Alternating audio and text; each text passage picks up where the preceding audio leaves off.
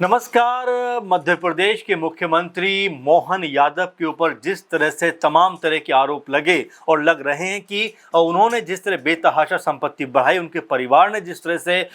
ज़मीनें खरीदी और वहाँ पर ज़मीनें खरीदी जहाँ पर आने वाले समय पे डेवलपमेंट होने वाला था, और इसी बात को लेकर हो हल्ला मचा हुआ है कि सिंहस्थ कुंभ मेला जो 2028 में आयोजित होने वाला है, उससे पहले जिस तरह ज़मीनें खरीदी गई और जिस तरह डेवलपमेंट हो रहा है, उसके वजह से जो मोहन यादव उनका परिवार है, उनकी जो ज़मीनें हैं, उनके दाम यहाँ पर आसमान छूते हुए दिखाई पड़ते हैं। और इस समय मध्य प्रदेश में सीएम मोहन यादव पूरी तरीके से घिरे हुए दिखाई पड़ते हैं, क्योंकि कांग्रेस पार्टी की तरफ से जीतू पटवारी हों या और नेता हों, वो लगातार उनके ऊपर तमाम तरह के इल्ज़ाम लगाते हुए दिखाई पड़ते हैं। अब इस बीच एक और बड़ा आरोप यहाँ पर लगा है, और ये भी बीजेपी के कद्दावर नेता और पूर्व मंत्री नरोत्तम मिश्रा के ऊपर लगा है। और यह आरोप जो है वो आज़ाद समाज पार्टी के बड़े लीडर मध्य प्रदेश से दामोदर यादव ने लगाया है। उन्होंने यहाँ पर कहा है कि नरोत्तम मिश्रा के पास में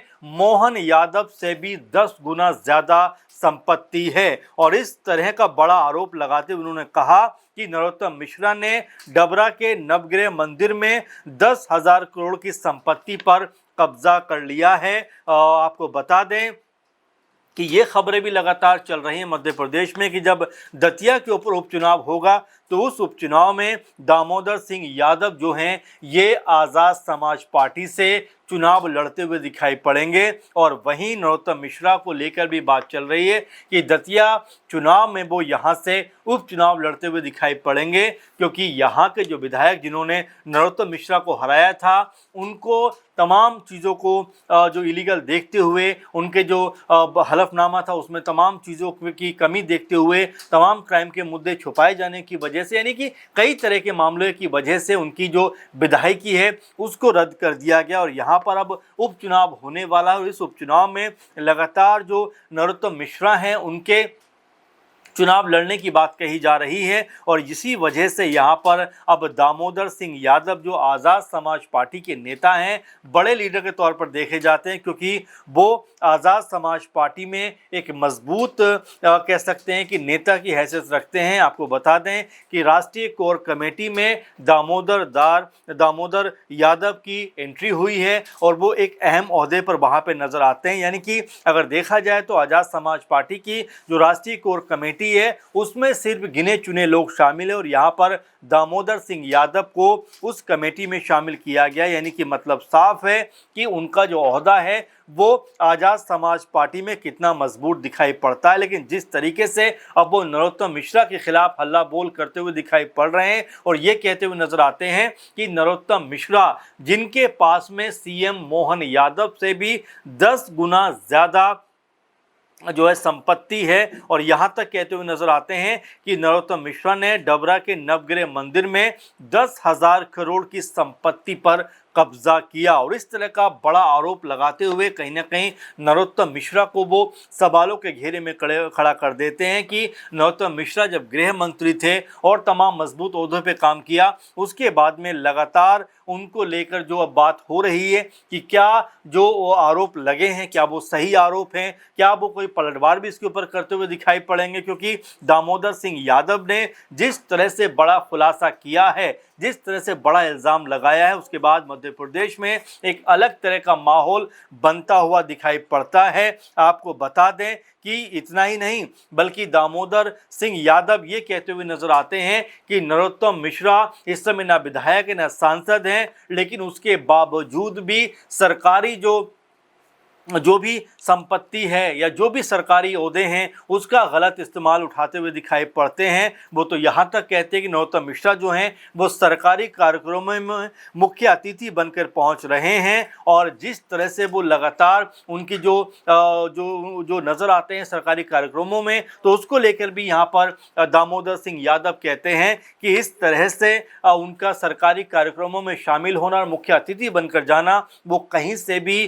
ठीक नहीं है। कहीं से भी तर्कसंगत नहीं है, बल्कि वो तो यहाँ तक कहते हैं कि अगर आने वाले प्रोग्रामों में भी अगर वो नजर आए तो वो उनका विरोध करेंगे, उनको काले झंडे दिखाते हुए दिखाई पड़ेंगे। तो ये मान के चला जा सकता है कि जो दामोदर सिंह यादव हैं उन्होंने अभी से एक बड़ा मोर्चा मध्य प्रदेश में नरोत्तम मिश्रा के खिलाफ खोल दिया है, जो आने वाले दतिया उपचुनाव में चुनाव लड़ते हुए दिखाई पड़ सकते हैं। बीजेपी के बड़े नेता माने जाते हैं, कद्दावर नेता माने जाते हैं। ऐसे में सीएम मोहन यादव के बाद उनके ऊपर इस तरह का बड़ा खुलासा करना,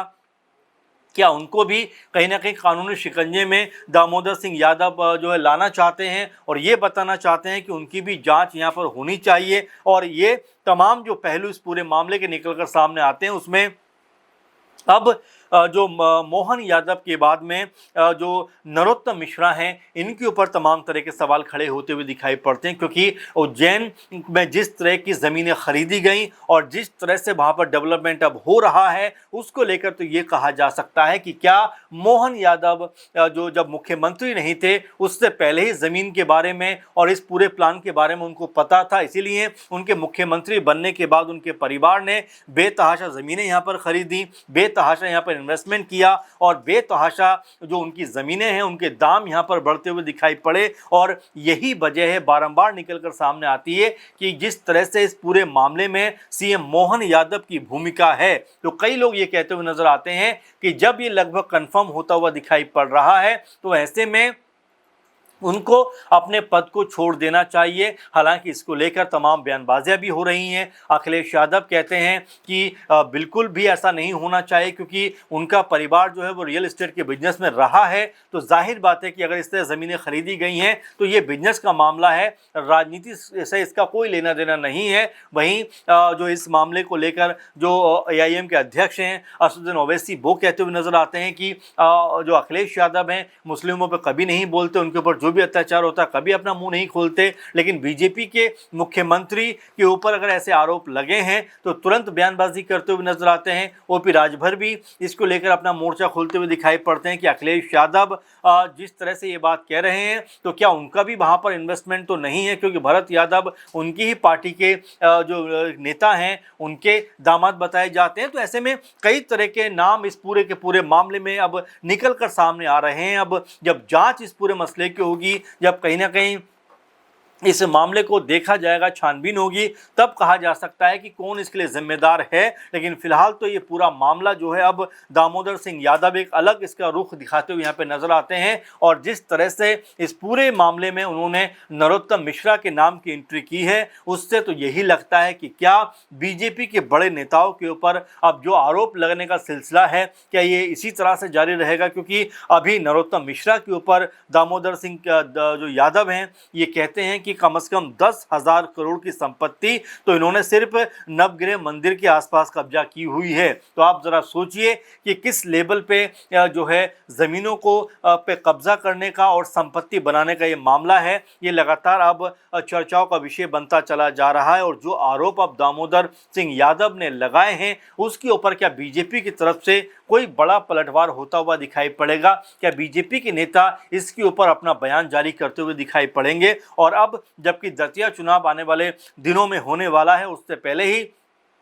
जो राजनीतिक माहौल यहाँ पर गर्म होता हुआ दिखाई देता है, क्या उसको लेकर भी ये कहा जा सकता है कि चुनावों से पहले ही आमने सामने जो दामोदर सिंह यादव और नरोत्तम मिश्रा आते हुए दिखाई पड़ते हैं। तो ये तमाम सारे सवाल हैं जो लगातार यहाँ पर उठते हुए दिखाई पड़ते हैं। और कहीं ना कहीं इनमें जो वजह निकल कर सामने आती है वो ये वजह निकल कर सामने आती है कि ज़मीनों पर कब्जा करने का जो आरोप लग रहा है सीएम मोहन यादव के बाद नरोत्तम मिश्रा पर, तो क्या उन आरोपों में कुछ सच्चाई है? क्या जो बात जो दामोदर सिंह यादव हैं उन्होंने जो बात यहाँ पर रखी है क्या उस बात में कोई दम है, या पॉलिटिकल तौर पर वो इस तरह की बयानबाजी करते हुए दिखाई पड़ते हैं? तो अपने आप में आरोप तो बहुत संगीन है, बहुत ज़्यादा बड़ा आरोप है। ऐसे में देखना होगा कि इस आरोप की क्या कोई छानबीन भी होती है या इसके ऊपर अब नरोत्तम मिश्रा की तरफ से कोई पलटवार होता हुआ दिखाई पड़ सकता है। ये देखना और जानना